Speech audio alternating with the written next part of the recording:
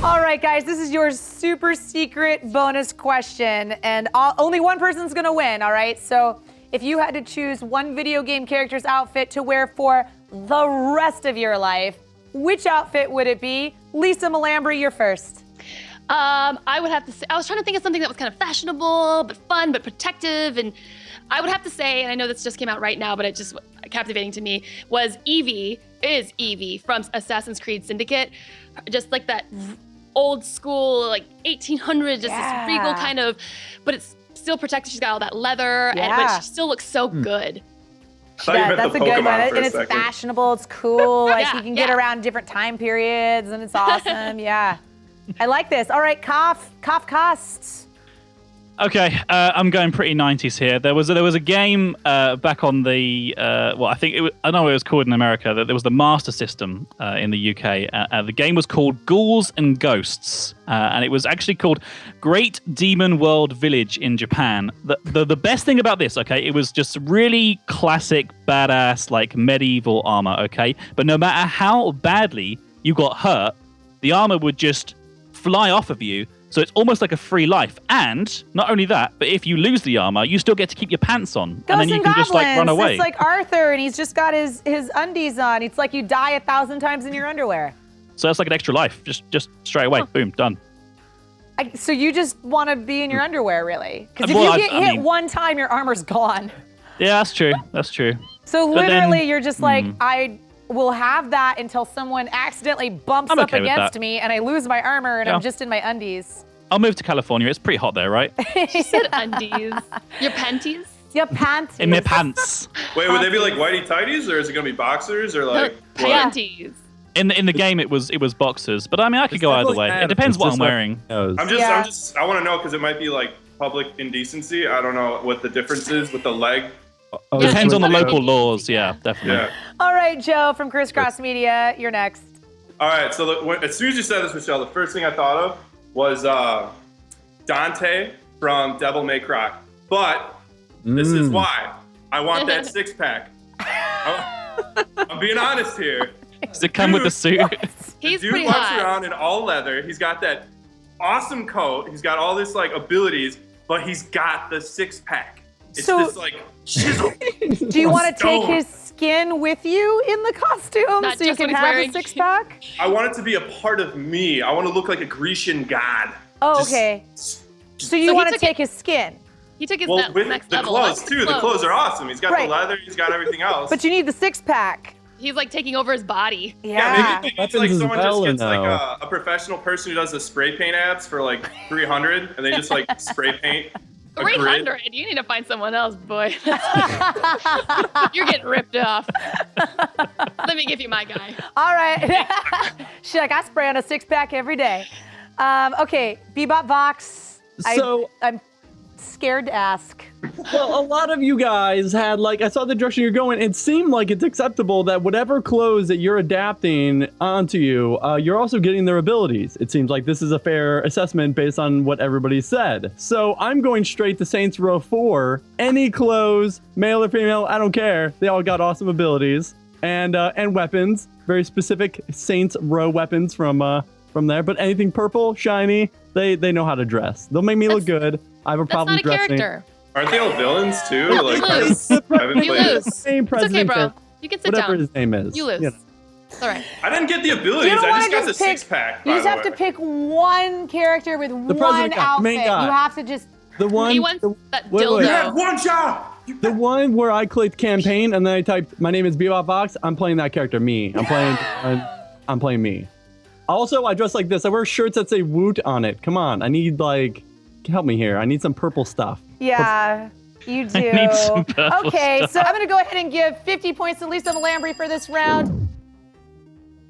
Okay, guys, you're all gonna be given a question and 30 seconds to respond. The best answers will get 50 points added to their scores. So, this is your question. If you were a Pokemon, I'm already afraid of where this is going. Oh no. What would your Pokemon name be, and what kind of powers would you have? Okay, Dex. Okay, well, I would be a Fencermon, my type would be dark, and my power would be sarcasm and hatred, and I'll be super effective against— What the f*** are you doing? Sorry, editors. What are you doing? I'm actually doing something. I'm doing a deal thing. The door. Sorry, Jordan's in here, like putting wires across my office room. Oh, Can't you just wait like half an hour? He's stepping in my Rosalina costume, you asshole! It's okay, Dex. Just calm down. Keep going. Don't mind me. We're not even in. All right, moving on to level 2, co-op mode. Good job, Dex. Sorry, everyone. we're not Sorry. going anywhere. Keep up the good work, Dex. Jesus Christ. This is my work environment. Someone is losing it up there. We killed Mousy. She sounds like a Pokemon right now. Wait, did Dexter's powers just work on Mousy? Oh no. So I tell you what, how about I get the point then? You're doing a great job, Dex. They're still there! Get the f out! I can't breathe. His little head's popping out. Get out of my life! Wait, how is your head popping out of the ceiling? Because he's okay, like, you know in the scene, the little, Ceiling like, the cat? foamy ceiling board things you move. Who is? Jordan! Where? Ding! Up there! See? Oh dear. Oh my. There's so much more foliage in your place than I imagined. So there we go. Wow. That's my life. Oh my goodness. Oh my goodness. Okay, guys, this is your super secret bonus level, and this is your question. What is one game, if you found it in a free box, you would just still walk away? Don't care about it. Doesn't matter if it's free. You don't want it in your life. Xylus, you're first. FIFA. Oh. As half the world trips out. Controversial. Yeah, I'm sorry. I'm a very Why? controversial You're guy. gonna tell why FIFA? It's just like all my friends that I hang out with outside like work and stuff love to play FIFA, and I've never been able to get into it. I don't understand what's so fun about controlling one character, then another, and just shooting the ball in the goal. I'd rather do it in real life than just do it on the screen. That's all. So That's how I it's feel cool. about shooting aliens. Like you can just go outside and do that every day. Yeah. Yeah, totally. Understandable. Okay, all right, Xylus, solid response. Green Skull, you're next. Bomberman Act Zero. I don't even know what that is. Oh, you good. It was, I think it was like a near launch title. It might have been a launch title on Xbox 360. And it was like, hey, let's make Bomberman all modern and 3D. And it was just awful. It was so bad. It's not, because Bomberman's a fun little Yeah. dude, though. But like, try to make it like hardcore, and they all like they're full on guys with suits and stuff. It was bad. It was really bad. So you would just be like, I'm walking away from that game forever. No, I would straight up like tell people to walk away. Like someone would hear, like, hey! You would Guard the stand box. in front of the Don't even box look and at it. demand that they leave. You might Do as well not just buy get it the so no one steak. ever has to. No, Whoa, Mousy, burn it. serious business. All right, Mousy, you're next. Okay, so the first video game I ever got was a Game Boy game called a Razor Scooter riding game, and it was the only game I had for like months and months and months, and I hated it so much because I had no clue how to play it. Was the Game Boy Color game? Yeah, it was a Game Boy Color game, and it was terrible, absolutely terrible, and it didn't get much better after that because the only game my dad would get me after that was Barbie Secret Agent. What? That Yes. sounds rad. And so you're more excited about Barbie's Secret Agent? Actually, Barbie's Secret Agent I would actually sounds buy really Barbie interesting. Secret Agent 10 times before I buy that scooter game. But I was 14. I was well past Barbie age. So it was like, okay, I'd beat it in a day. But yeah, the scooter game, I want to know more about Barbie's Secret Agent. I think I'm going to stream that or something. it's awesome. It Oh was my pretty good. God, that sounds insane. Puzzles, you get to sneak past lasers. You get What? little flowers. Wow. Okay. All right. Last but not least, grants. So mine would definitely be Sega Bass Fishing. The only time I played this game, I believe it was originally for the Dreamcast, but the time I played it, for whatever reason, it was on Steam, and my friend had it. We were trying to figure out a game to stream, and I opened it up, and like you were supposed to like hold down X to cast, and you just like wait around, and then a fish bites your lure, and you just like it's so boring. Like fishing in real life. Fishing. It's like the thing is fishing in you were real. getting into?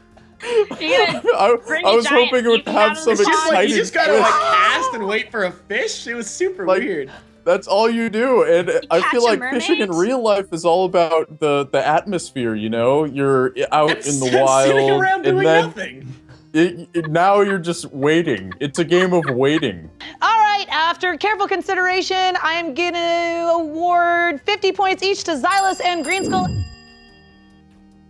Being With very that, confrontational. It was what- the Lisa. Yeah, Lisa brings it up. She gets mad, dude. She's on one more too. She's coming back. Lisa gets pissed off. Yeah. First time I met her, she hit me. I don't know if you knew that. Lisa Malambry, have you guys played with her yet? No. Well, I know Crisscross has. Mousy, have you been on with Lisa? No. She asked me if I was from Japan. I told her I was from southern Japan because she said I had almond eyes the first time I met her. So she was kind of racist to you? And she also made him eat a whole entire pizza, and she just watched him the entire time. And she was like, Yeah, she was real into it, man. Like, it was weird. Like the urban Like legend we were all Lisa sitting there, and Malambry. she was like, it was like the greatest thing she's ever seen. It was the strangest thing. Yeah, I can eat real fast. And she like looked over and she was like, "Did you just eat all that?" And I was like, "Yeah." She, keep going. And then she was finding food for him to eat. She was like handing him plates. So she wasn't just like saying eat the whole pizza. She was actually like cut it up into pieces and then just was like bit by bit like. He made her day. Like he made her. Yeah. It was really funny. Eat that pizza! Okay, guys, we are now at the super secret bonus level. So this is your question. What video game bad guy are you always secretly rooting for? Tell me the truth, Chris from Crisscross Media. Donkey Kong, because he's bad, just like in every game. He's a villain, even when he's the hero. Because when you think about the premise of Donkey Kong, he's risking his family and friends in every situation just so he can have bananas.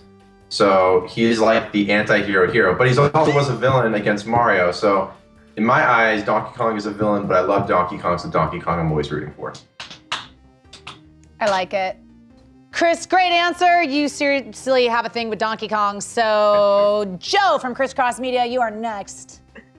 Thank you for valuing my input. I I would do go value with it. Mario from all the Mario games because he's this short Italian plumber who is completely underqualified to be doing a rescue mission, and he's killing turtles, ripping up plants, just destroying complete utter mayhem, and he's ruining Bowser's castle every day. And he's obviously has some kind of sick infatuation with Peach, who's trying to escape his crazed plumber fantasy of fixing her pipes, quote unquote. So he's a super bad guy because he's just destroying the environment and killing animals and being like obsessed with a woman who like isn't giving him anything in return. Yeah, if she wanted to be with him, she could easily leave that fat turtle. He doesn't look like he can run very fast. Fat turtle. All right, Stephanie, you're next. Okay, so I don't know what's going on here, but apparently we're all in line with the Mario universe because my answer is Bowser. I'm with the same vein that I do believe Mario is a villain. So I believe that Bowser is seen as a villain, but he's not. I mean, he's the one who just happens to be minding his own business. And then this plumber comes out of nowhere and just starts destroying his kingdom and his people without even asking questions. Are Shy Guys really that people? We've never even asked them what their actual names are. Okay? Shy Guys? That's not, no. Oh, there needs to be a support group for Shy Guys. Yeah. Yes, and also I think Bowser is really cute on top of it. I just think he's a cute little, I like dinosaurs. I like, Godzilla. He's a daddy too. And His children. He's a family man. He's a family man. Yeah, and also I do agree that Peach is like literally trying to get away from Mario. So yeah, it's a really messed up world. I know, they always play like Peach is some damsel in distress. Maybe she's just like, no, I'm trying to get away. Yeah, totally. Historically speaking, when you look at people who have that kind of mustache and that kind of goofy hat, it doesn't look good. Historically. Who World else War in II, history? Oh, yeah, there's that. Okay, Kelly, you're up next. Kelly Eden. So guys, we've played together for quite a while, and on the topic of villains, who do y'all think I'm probably gonna pick? Not Sephiroth, because he's a good guy. There you go, Joe got it. It's Sephiroth. Basically, it's not any secret that I root for him. I'm very open about my feelings for him, but I feel like he's not quite a villain because there's just a point in the game where he actually kind of goes mentally insane, and for valid reasons, because he was lied to his entire life, and he was like made to just be this like war machine and didn't have like a childhood and didn't know who his real parents were. So like his actions were really justified, and to be honest, like the rest of the world is like kind of on its way out and the planet is dying. And he was like trying to find a better place. So I just think that Cloud's actions against him were unjustified. I feel like he's in jail and you're visiting him all the time, like trying, like just being like, I love you. And you just want to be with him and you can't wait till he gets out, you know? Oh my God, that's so Kelly. Put your hand on the glass. All right, I'm gonna go ahead and give the super secret bonus round to Kelly and Joe. All right, so here is your super secret bonus level question. It's for all of you. So sometimes you rage quit and sometimes you just gotta power through. But we wanna know your most frustrating moment ever from any video game that you have ever played. What is that moment? Joe from Crisscross Media, you are first. The console, PlayStation 2. The game, Kingdom Hearts 2. The year, I don't quite recall. The emotions, anger, frustration. The villain, Sephiroth. I dedicated so much of my adolescent childhood to trying to thwart Sephiroth, and to this day, I am convinced that it cannot be done. I have seen videos of people claiming it can be done, and I'm sure with the technological advancements of Photoshop that they didn't actually. All right, Kafkas, you're up next. What's your most frustrating gaming moment? Back in the day when I had a Sega Genesis, around about sort of the 80s, because I was born in 86, so like late 80s, early 90s, young. Yeah, I know, exactly. Tell me about it. There was a game called Bubble Bobble. Essentially, it was two kind of like little dragons, Bub and Bob. The important thing is, level 100, you get married. The game ends at level 200. If you get to level 198, 199 and get an umbrella, it'll take you past the last level and take you all the way back to level 100. I swear to God, that happened to me so many times. And Why then did you keep taking the umbrella? Because it's like a random thing that can just happen to you every now and again. And like, to be fair, I was 6 at the time, so I wasn't really thinking about like the numbers and stuff. But to this day, I have never completed that game because now like they released it again for I think it's for the PS4 or something. They released it again, and you can't beat it. It's become unplayable because they changed the mechanics. So that game is like the most rage-inducing thing because I will never complete it because I will never buy another Master System, and that's it. I just have to live with the fact that I've never saved the princesses in that game. Like it's insane. All right, Price, you're up next. This story is rage-inducing on two fronts because it actually has to do with my brother being the one who rages. Back, let's see, it would have been NFL 2K1 on the Dreamcast, and I'm not a sports guy. He's a sports guy, all right? I just like video games. And he's like, come play this game with me. And essentially he's saying like, I want to kick your ass at this game. Sure. So he picks, some really good team that's famous for being good, probably the Cowboys or something at that time. And I picked like the Cincinnati Bengals because I was like, the Tigers are cool. And so their stats were horrible, but I was still wiping the floor with him because it was a video game, and I was like, I get how the mechanics work. So about like end of the third, beginning of the fourth quarter, I'm up by, 30 points or something like that. And I was like, oh, I gotta go run to the restroom. I leave, and when I return, the game is off. What? And my brother is just sitting there, and I'm like, dude, what's going on? We gotta finish our game. He's like, what game? Just kind of looks me dead in the face. There What isn't a game. What a dick. I have never played a video game with him since. Wow. Like that's how deep that wound is. Oh yeah. Oh yeah. All right, Benny, last but not least. Okay, so it was while I was deployed to Iraq. So while over there's only so many video games you can get, obviously, where the choices are limited. So you go to the store and the options are like the Burger King game and like this other little kitty game and like, oh, we're gonna do Lego, which is fun and all, but on the shelf was Dark Souls. And I'm like, oh, I've got 3 days, three days where I can relax. I'm gonna relax and I'm gonna get this great game that everyone's talking Relax. about. It can't be that hard. Everyone says it's the hardest game ever, but games are getting so easy. Oh my god. So I hit Dark Souls, and of course, I'm playing in a location where I have no guides, no online, because I can't connect. You don't get the little notes telling you what to do. I am completely blind playing this game. And I go up against the very first boss, the guy that has the sledgehammer thingy. And I had no idea that while you can fight him, and it is doable to punch him for an hour, you don't have to, and you could run past him. And I had no guides or help to tell me this.